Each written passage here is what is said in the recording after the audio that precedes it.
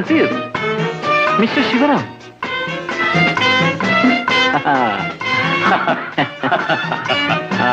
അല്ല, എന്താ ഇവിടെ? ഞാൻ ചില ഓഫീസ് കാര്യങ്ങൾക്കായി വന്നതാണ്. I see. By the by, ഇവിടെ ഗാന്ധി റോഡിലുള്ള ഇന്ത്യ ഹോട്ടൽ എന്റേതാണ്. ഈ പട്ടണത്തിലെ ഏറ്റവും വലിയ posh hotel. You are invited, please come. ഞാൻ ഒന്നും പറഞ്ഞാൽ പറ്റില്ല. വന്നേ നോക്കൂ. ഇന്ന് വരണമെന്നില്ല, ഞാൻ ഇന്ന് കോഴിക്കോട് പോവുകയാണ്. താങ്കൾ സൗകര്യം പോലെ വന്നാൽ മതി. But please come, it's a request. Please.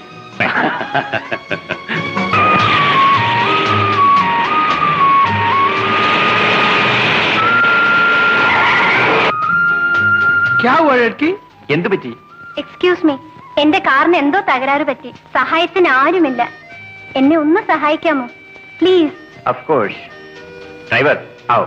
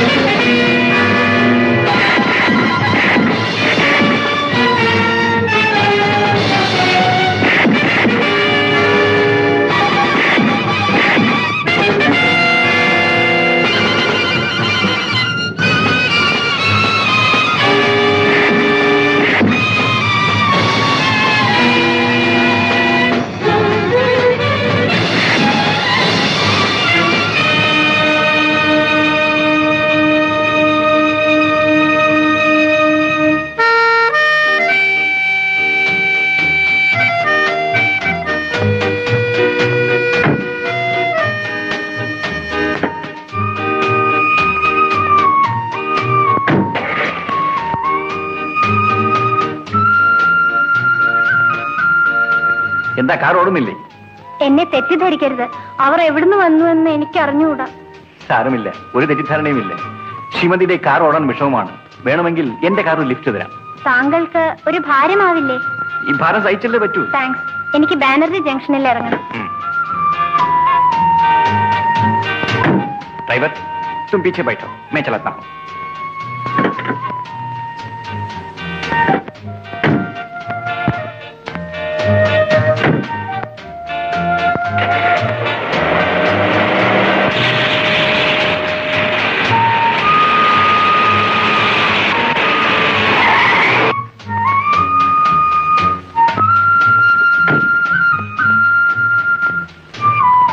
Thank you. ഇതുവരെ ഒന്നും സംസാരിച്ചില്ല, ഇനിയൊന്നും പറയാനില്ലേ? I love you. ഞാൻ അങ്ങയെ സ്നേഹിക്കുന്നു. മുഹബത്ത്, പ്രേമം, കാതൽ, ലവ്. കാര്യേഷു മന്ത്രി കരണേഷു ദാസി രൂപേഷു ലക്ഷ്മി ക്ഷമയാധരിത്രി സ്നേഹേഷു മാതാ ശയനേഷു. ഞാൻ പറയണോ? ചക്കർമ്മനാരി കുലധർമ്മപത്നി. ഈ പറഞ്ഞതിൽ ഏതെങ്കിലും ഒരു ഗുണം നിനക്കുണ്ടോ? എന്നെ കൊണ്ടൊന്ന് പറയിപ്പിക്കരുത്. കുട്ടികൾ അടുത്തുണ്ട്. ആ, ഞാൻ പറയുന്നതാണ് കുറ്റം. നീ എന്നൊന്ന് ആലോചിച്ച് നോക്ക്. ദിവസവും ചോറ് ബാങ്കിൽ കൊടുത്തയക്കാറുണ്ട് ഉച്ചയ്ക്ക്. ഇന്ന് കൊടുത്തയക്കണോ എന്ന് ചോദിക്കേണ്ട അർത്ഥം എന്ത്? അർത്ഥമോ? അർത്ഥം അത് തന്നെ. ഇതാ പറഞ്ഞത്, നിനക്കില്ല വിവരം എന്ന്. വിവരം ഉണ്ടായിരുന്നെങ്കിൽ ഇങ്ങനെ വന്ന് നിൽക്കേണ്ടി വരുമായിരുന്നു. അച്ഛാ, കോളേജിലെ കുട്ടികളെല്ലാം കൂടി മലമ്പുഴയ്ക്ക് പോകുന്നുണ്ട്. ഞാനും പോട്ടെ? പിന്നെ പിന്നെ പിന്നെ മലമ്പുഴ കാണേണ്ട സ്ഥലം തന്നെയാ. സംശയം എന്താ? എനിക്ക് 25 രൂപ വേണം. രൂപയുടെ കാര്യം ഒന്നും എന്റെ അടുത്ത് ചോദിക്കരുത്. അതൊക്കെ അമ്മയോട് ചോദിച്ചോണം, വാങ്ങിച്ചോണം. അമ്മേ, അകത്ത് അൽമാരയിൽ ഇരിക്കുന്നുണ്ട്, എടുത്തോളൂ. ശരി. ആ, അച്ഛൻ നന്നായിട്ട് വിചാരിച്ചോ.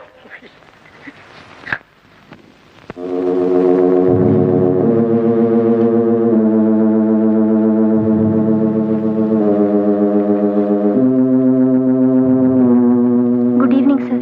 Good evening Rani. Good evening.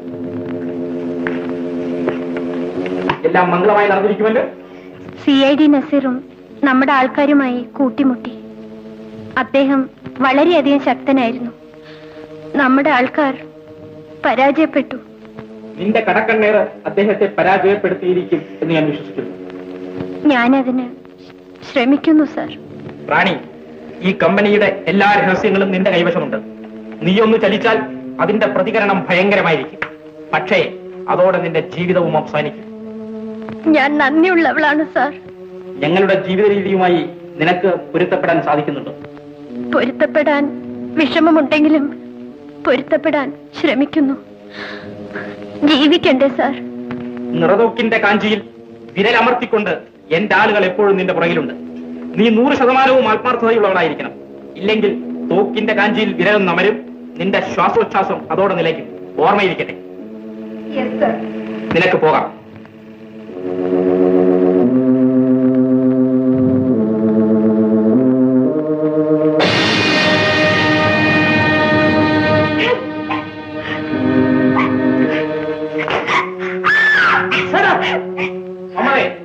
ഇവൾ നമ്മുടെ അറബിക്കുള്ള സമ്മാനമാണ്. അറബി സമ്മാനം സ്വീകരിച്ചാൽ